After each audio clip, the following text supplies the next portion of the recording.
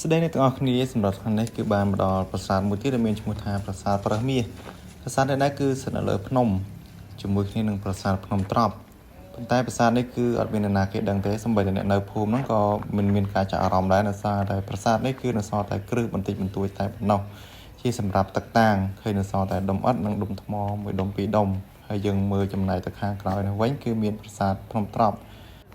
គ្រឹះប្រាសាទនេះត្រូវបានកោះកាយរកវត្ថុបុរាណឬក៏កំណត់ផ្សេងៗវាគឺជារឿងធម្មតាទៅហើយដោយសារតែប្រាសាទនីមួយៗតែងតែមានការកោះកាយបែបនេះដើម្បីរកនៅវត្ថុបុរាណផ្សេងៗតែជាក់ស្ដែងគឺពុំមែនដូចអ្វីដែលយើងគិតនោះទេ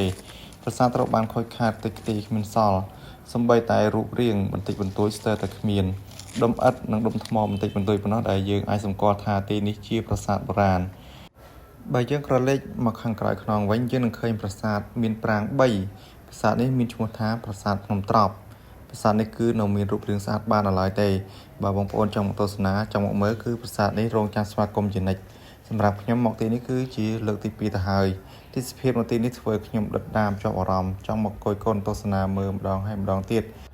ឃុំត្រប់ស្រុកបាធីខេត្តកំពង់ចាមទីនេះពោរពេញទៅដោយភ្នំព័ទ្ធជុំវិញនិងមានវាលស្រែនៅខាងក្រោមមានវត្តអារាមមានផ្ទះអ្នកភូមិយើងមើលទៅទេសភាពនៅទីនេះពិតជាគួរឲ្យគយគន់ខ្លាំងមែនទែនការសោកស្ដាយរបស់ខ្ញុំនៅពេលនេះគឺដោយសារតែប្រាសាទដែលខ្ញុំថតនេះគឺនៅសល់តែគ្រឹះនិងនៅសល់តែដុំឥដ្ឋនៅសល់តែដុំថ្មបន្តិចបន្តួចតែប៉ុណ្ណោះតែមិនអ្វីទេនេះគឺជាទឹកតាំងសម្រាប់ឲ្យខ្ញុំបានថតបានឃើញបានយល់ថាទីនេះពិតជាមានប្រាសាទបុរាណពិតមែន